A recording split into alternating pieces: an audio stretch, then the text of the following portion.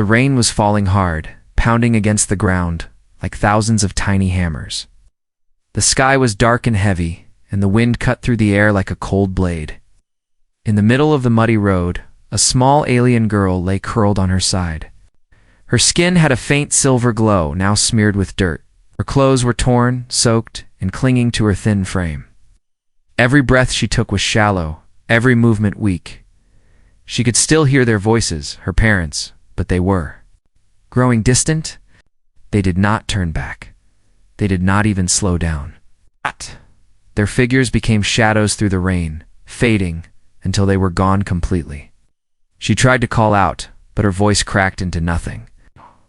All she could taste was the bitter metallic tang of blood. Her fingers dug weakly into the mud as she tried to push herself up. Her right leg would not move. Pain shot up her body like fire. Her eyes stung, not just from the rain, but from the crushing weight in her chest. She was alone. A distant sound reached her ears, the slow, steady crunch of boots against wet ground. She froze, her alien instinct screaming at her to hide. But she could not move fast enough. The sound grew louder, closer, till a tall shadow stood before her. It was a human. He wore a dark coat soaked through from the storm, his hair plastered to his forehead. Yet his eyes scanned her from head to toe, not with the coldness of a stranger, but with something sharper, concern. He crouched down, his knees sinking into the mud beside her. For a long moment, they stared at each other. The girl's heart pounded, unsure if this was a savior or another threat. "You're hurt," he said, his voice deep but steady. She flinched at the sound, clutching her arms to her chest. She didn't understand all his words, but the tone was clear. He was speaking gently, almost carefully. When she didn't reply, he reached slowly toward her shoulder. She jerked away, pain shooting through her side. He froze, his hand hovering in the air, then lowered it again. "I'm not going to hurt you," he said. The rain dripped down his face as he spoke. The girl's breathing was uneven. Her mind screamed to stay away from him. Her people had warned her about humans, said they were dangerous, unpredictable. But her body was too weak to fight, and something in his eyes didn't match the story she had heard. "You can't stay here," continued, glancing toward the dark horizon. "If you do, you won't survive the night." She swallowed hard, trying to form words in her own language, hoping he might understand. "Go," she whispered weakly. "They come." He tilted his head. "Who comes?" She closed her eyes, shaking her head. Didn't want to explain, didn't want to remember. Her hands trembled in the mud. The human exhaled slowly, and did something she did not expect. He took off his coat and draped it over her small, shaking frame. The warmth was faint but real, and she stared at him in confusion. "You're freezing," he muttered, more to himself than to her. Then, without asking, he slid his arms under her. She tried to resist, pushing weakly against his chest, but he lifted her as if she weighed nothing. Her head rested against his shoulder, and for the first time in hours, she felt something steady, the slow rhythm of his heartbeat. The rain still poured, soaking them both. He adjusted his grip and began walking, his boots splashing through deep puddles. She opened her eyes just enough to watch the road behind them fade into the distance. "Why?" she murmured in her own tongue. "Why help me?" He glanced down. At her understanding, at least the question, if not the exact words, "Because I can't leave you here." Her chest tightened at those words. No one had said that to her before. Not her family, not her friends, not anyone the wind howled. And somewhere in the distance, she thought she heard something, a sharp, metallic howl that sent a shiver through her bones. Her grip on his coat tightened. "You hear that?" she whispered. He paused for a moment, scanning the tree line. The rain blurred everything into shadows. "I hear it," he said. "And that's why we need to move faster." He shifted her weight in his arms and pressed forward. The road twisted through dark, dripping trees there, branches swaying like skeletal fingers. The girl kept her eyes on his face, searching for any sign of fear. Instead, she saw focus sharp and unshakable. When they reached a slope, his footing slipped, sending a spray of mud across his coat, but he didn't loosen his hold on her, not even for a second. After a long walk, he spotted a faint light. Through the rain, the glow of an old cabin lantern. He moved toward it quickly, his boots thudding against the wooden steps. He shouldered the door open, the hinges groaning in protest, and carried her inside. The air inside was stale, but dry. He lowered her onto a rough blanket spread across the floor, then knelt beside her. The fire pit was cold, but there were dry logs stacked against the wall. He began to work, striking flint until a small flame came to life. The warmth crept slowly into the room. The girl lay watching him, her breathing still shallow. The shadows from the fire danced across his face. "They'll come for me," she whispered again, her voice breaking. He looked at her, and though she could not fully understand his words, the meaning was clear. "Then they'll have to go through me." She blinked at him, uncertain if this was a promise or a challenge. But for the first time since being left behind, she felt the faint spark of something she had not dared to feel all day. Hope. Outside, the rain kept falling, hiding. The sound of distant footsteps in the dark. The fire crackled softly, casting a warm light across the small cabin. The human's coat hung near the flames, dripping rainwater onto the wooden floor. The alien girl lay on the blanket, her silver-toned skin still pale from the cold. She watched him move with quiet precision, adding wood to the fire, checking the door, making sure no shadows followed them inside. Her breathing was uneven, but her eyes stayed on him. He was unlike anyone she had ever seen up close. His face carried lines of exhaustion, yet his movements were steady, purposeful. She tried to speak, her voice barely above a whisper. "Why me?" The words were clumsy, a mix of her language and his. He paused, kneeling beside her again. "Because you were alone," he said, "and no one deserves to be left like that." She didn't know if she believed him, but something in his tone made her chest ache. Her people had always taught her that kindness came with a price. Yet here he was, offering it without demand. When the fire had grown strong, he stood and reached for his coat. "We can't stay here long," he said, glancing toward the door. "They'll come looking." The girl's heart skipped. She sat up, wincing as pain shot through her leg. "They will kill you," she said. He gave a small, almost careless shrug. "Then they'll have to try." Before she could argue, he bent down and lifted her into his arms again. She gasped, surprised by the ease with which he carried her. Her fingers gripped the fabric of his coat. The wind outside was still harsh. The rain had softened into a steady drizzle. The human stepped into the night, scanning the forest ahead. Every sound made the girl tense, a snapping branch, the rustle of leaves, the faint echo of something moving far away. The trees loomed tall and dark, their trunks slick with rain. The path ahead was narrow and winding, vanishing into the mist. "You don't have to do this," she said quietly. "Yes, I do," he replied without looking at her. They moved through the woods in silence for a while, the only sounds being his boots on wet earth and the quiet hum of her breathing. She studied his face when he wasn't looking, the way his jaw tightened when he heard something, the way his eyes never stopped scanning. At one point, he stopped suddenly and crouched behind a fallen log, lowering her beside him. His hand went to the weapon strapped to his side. "What is it?" she whispered. He didn't answer, only raised a finger to his lips. A moment later, the faint glow of lanterns appeared through the trees. Figures moved between the shadows, tall, armored, their movements sharp and disciplined. The girl's stomach twisted. She knew those shapes. "They're searching," she breathed. The human's eyes flicked to her, then back to the moving lights. He waited, his body still as stone, until the hunters passed out of sight. When the forest was quiet, again, he looked at her. "We move now," he said, his voice low but firm. He lifted her once more and began down a different path, one that curved sharply away from the direction of the search party. Hours seemed to pass.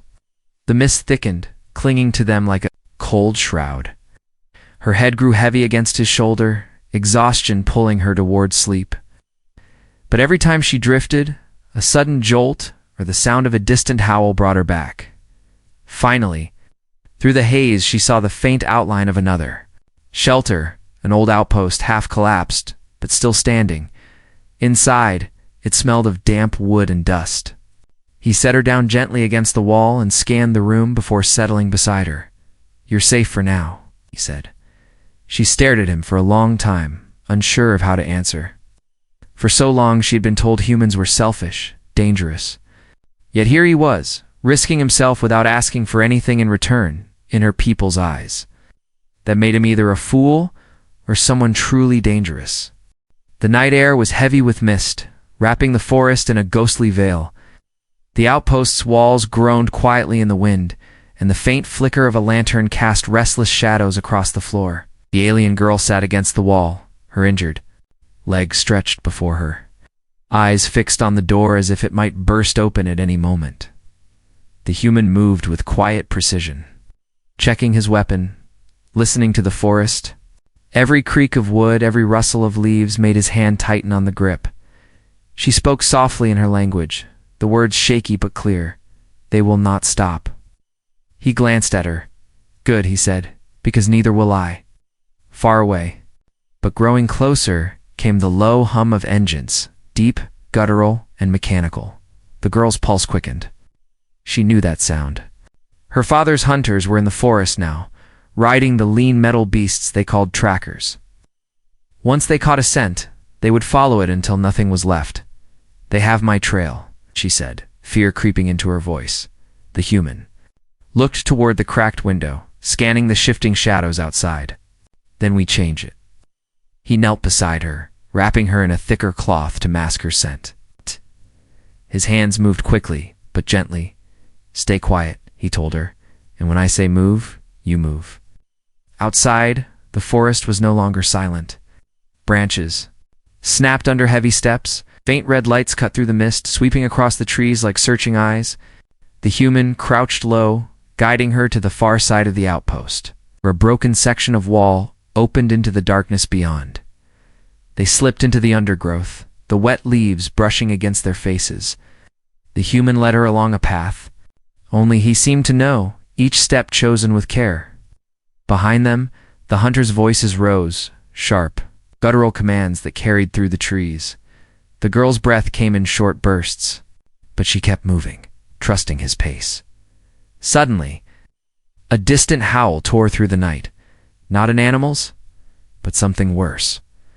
The sound was deep, metallic, and hungry.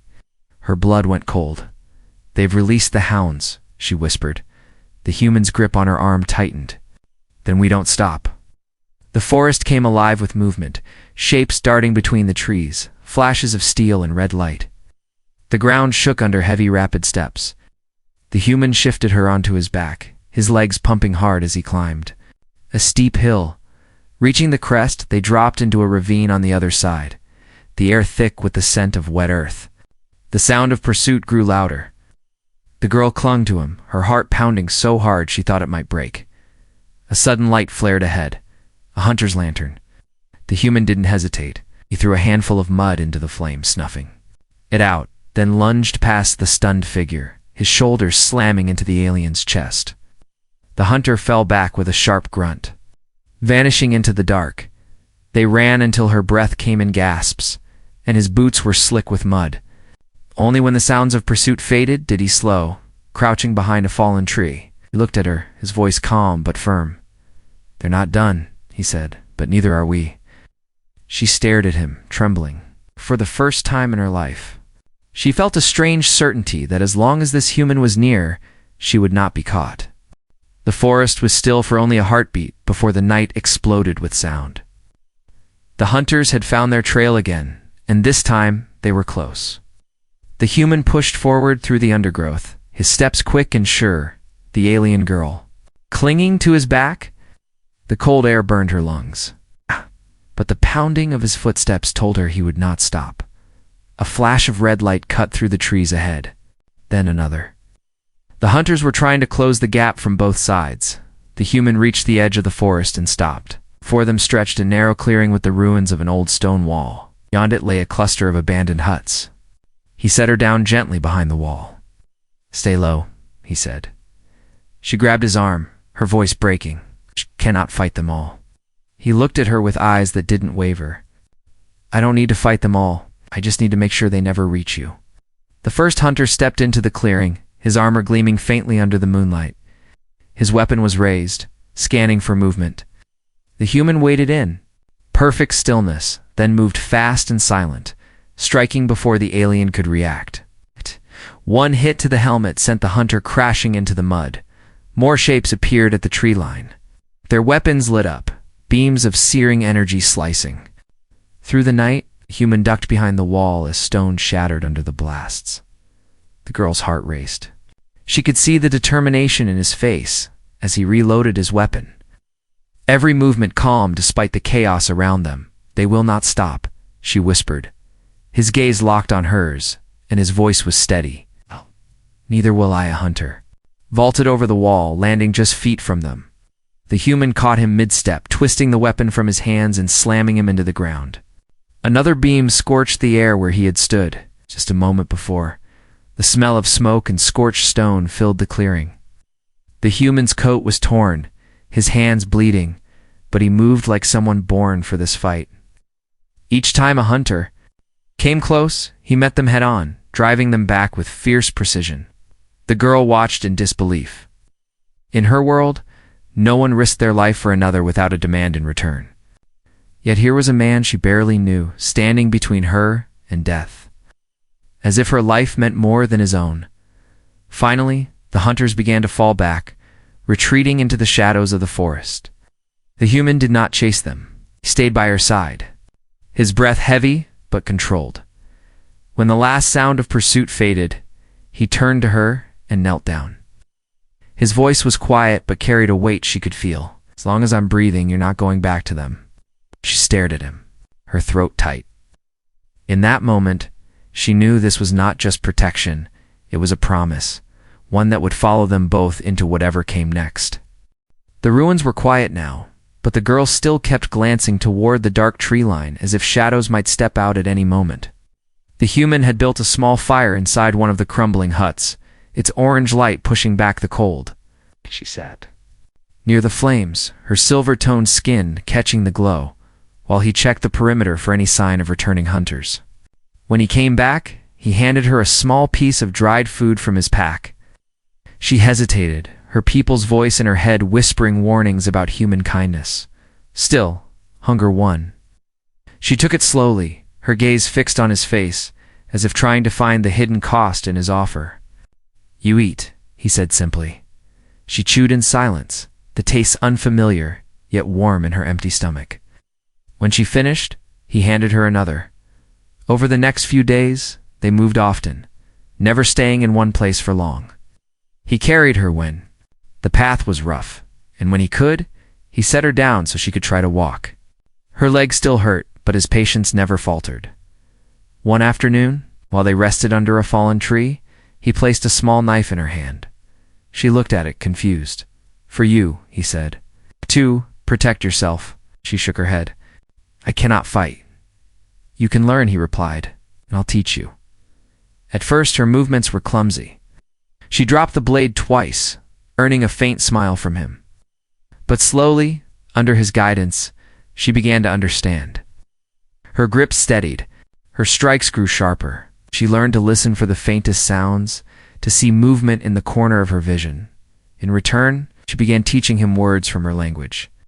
He repeated them with an accent that made her laugh, a sound she didn't realize she had missed. It felt strange, this small space of safety in the middle of danger, yet the threat never truly left. Each night before sleeping, he checked the surrounding woods. She noticed his eyes always scanned the same way, left, right, up, and that his hand never strayed far from his weapon. One evening, as they sat by a small fire in the shelter of a rocky cliff, she asked the question that had been in her mind since the night they met. Why? She said softly. Why do you help me? He looked at her across the flames, his face half in shadow. Because you were left to die, and I don't believe in leaving people behind. The words sank into her like warmth spreading through cold water. She wanted to tell him something in return, to thank him in a way that mattered, but no words felt big enough. Before she could speak, a faint sound echoed from the forest below, the distant snap of a branch. The human's eyes narrowed. He rose quietly, scanning the darkness. The safety she had felt just moments before shifted into tension again. "Stay here," he said, his voice low. She gripped the knife he had given her. Watching him move silently into the shadows, in that moment, she realized the truth. She was no longer afraid of him. She was afraid of losing him. The air grew sharper with every step, biting at skin and lungs. The human led the way up the mountain trail, his breath turning into white clouds in the cold wind. Snow crunched under his boots, and the alien girl followed close behind, wrapped in the thick cloth he had given her. Her injured leg slowed her, but she kept moving, her eyes fixed on his back. The pass was narrow, the walls of ice rising high on either side like frozen towers. The wind howled through the gap, carrying with it a distant, unnatural sound, the low hum of engines, faint but closing. She didn't need to ask. She knew the hunters were still on their trail. Her foot slipped on the icy ground. Before she could fall, his hand shot back, catching her wrist and steadying her. "Careful," he said. His voice was calm, but his eyes kept scanning the ridges above them. They pressed on. The snow grew deeper, forcing him to take slower steps so she could follow. He checked over his shoulder often, each glance a silent question. "Can you keep going?" And each time she nodded, even when her legs screamed for rest. Halfway through the pass, the sound of engines vanished, replaced by something worse. The faint click of metal on stone from somewhere above. He stopped instantly, motioning for her to get down. They crouched low, pressing against the icy wall. Shadows moved along the ridge. Figures in dark armor peered over the edge, scanning the path. The girl's pulse raced. She gripped the knife he had given her, the cold steel biting into her palm. The human studied the ridge, his gaze sharp. Then he leaned close and whispered, "When I move, stay right behind me." Without another word, he led her off the trail, forcing a path through a wall of snow into a narrow crevice between the ice. The passage was tight, and the cold seemed to close in around them. She could hear her own heartbeat over the muffled sounds of the hunters above. They moved slowly, each step deliberate, until they reached a bend in the ice that opened into a hidden hollow. It was small, shielded from view with walls that glowed faintly blue from the trapped light. He stopped and scanned the space before lowering his pack to the ground. "We rest here for a moment," he said. She sank to her knees, her body trembling from exhaustion. "They will find us," she said. Quietly, his answer was steady. "Not tonight." For a few moments, they sat in silence, the cold air thick between them. Then he pulled something from his pack, a small metal flask. He handed it to her, and she took a cautious sip. The liquid was warm and bitter, but it sent heat rushing through her chest. "You keep going," he told her, "and I'll get you out of this pass." She met his eyes, and for the first time, believed he could keep that promise. Outside the hollow, the wind roared louder, carrying the hunters' voices. The night was far from over. The frozen pass opened into a wide plateau, the snow stretching under the pale light of a dying moon. The human and the alien girl stepped out from the hollow, their breath rising like smoke in the cold air. The wind cut sharp across the open space, and the girl's instincts screamed that this place was wrong, too quiet, too still. Then the silence shattered. Engines roared from both sides, their echoes bouncing off the icy cliffs. From the shadows emerged the hunters, their armor glinting faintly in the moonlight, their weapons already raised. The human stopped, placing himself between them and the girl. She gripped the knife he had given her, her fingers numb but steady. "You can still run," she whispered. "I'm not running," he said. His voice firm, the hunters moved in a half circle, closing the trap. Their leader stepped forward, taller than the rest, his armor marked with sharp, cruel symbols. He raised his weapon and spoke in the girl's language, his tone dripping with contempt. "Step aside, human. She belongs to us." The human's answer was a single step forward. "Not anymore." The first shot cracked through the night, but the human was already moving. He fired back, his shots echoing like thunder, each one finding its mark. The hunters surged forward, weapons blazing, but he moved with a relentless precision. using the terrain to shield her while driving them back. The girl's heart pounded as she watched him fight, every movement sharp. Every strike meant to end the threat quickly. A hunter broke through the line, rushing toward her. She acted without thinking, slashing with the knife just as he reached for her. The blade caught the gap in his armor, and he fell into the snow. Her hands shook, but she did not drop the weapon. The battle raged, snow churning under boots and bodies. The human took a hit to the arm but didn't slow. He fought as if there was no other choice, as if stopping for even a second meant losing everything. One by one, the hunters fell until only the leader remained. His weapon was gone, his breathing heavy. The human stepped toward him, ready to finish it, but the leader glanced at the girl and gave a cruel smile before retreating into the shadows of the cliffs. The human didn't chase him. He turned to the girl instead, his chest rising and falling in the cold air. "It's over," he said. She stared at him, her throat tight. "You could have left me," she whispered. "You could have walked away." He gave a small shake of his head. "And spend the rest of my life wondering if you made it out alive?" "No." Her eyes burned, though the wind was cold.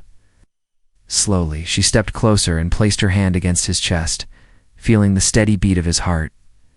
They stood together in the snow, the last echoes of the fight fading into the distance. The danger was not gone forever, but for now, they had survived.